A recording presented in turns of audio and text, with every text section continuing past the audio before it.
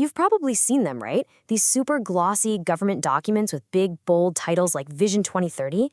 They promise this amazing, bright future, but do they ever actually deliver? Today, we're going to dig into that, using Meghalaya's Vision 2030 as our case study. We're asking a pretty simple question.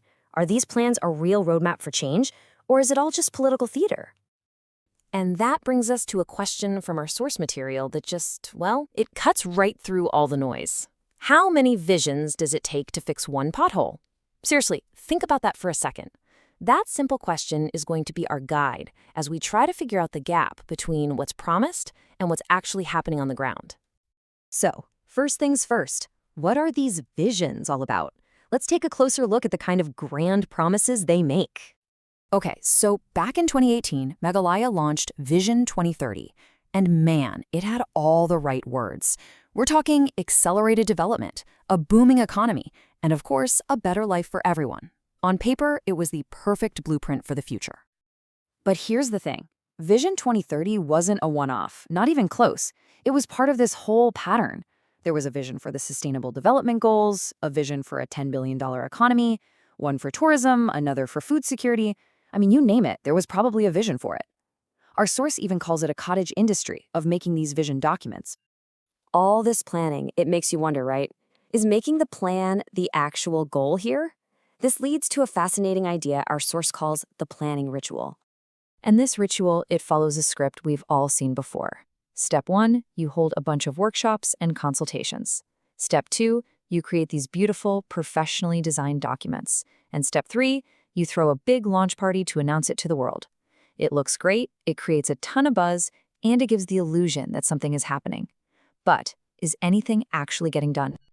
And that's the million-dollar question. This is where the rubber meets the road.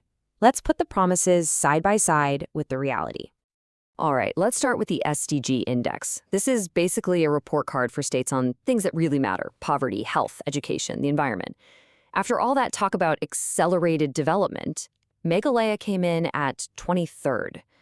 I mean, that's not exactly the top-tier performance the vision was selling, is it? Okay, now let's talk money. While all these visions were being drafted, the state's debt climbed to a whopping 43% of its GSDP. And just to be clear, the GSDP is the value of everything produced in the state for a whole year. So 43% is a massive financial weight to be carrying, especially when you have such big dreams. But, numbers only tell part of the story. What about the human impact?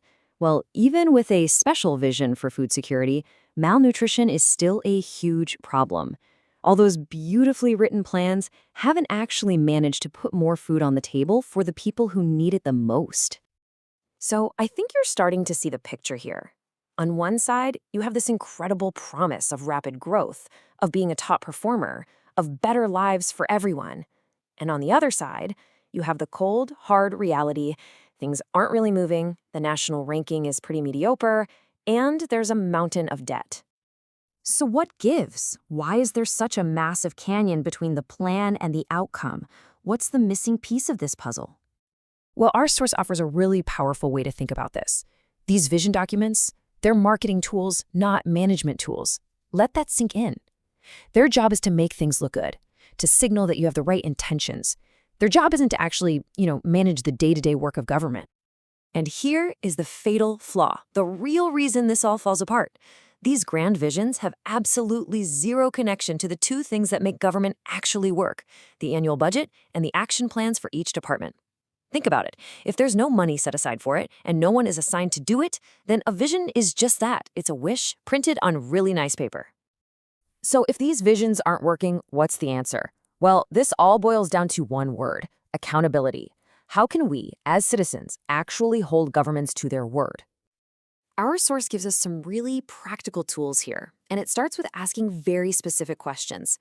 Instead of getting lost in the big, vague promises, pick one concrete thing. So if the vision says they'll build mini compost plants, the question is simple and verifiable. Okay, it's 2025. How many have you actually built? Next up, and this one is so important, follow the money. A vision without a budget is a fantasy, so you have to ask, can you show me the exact line items in the state budget that are paying for Vision 2030?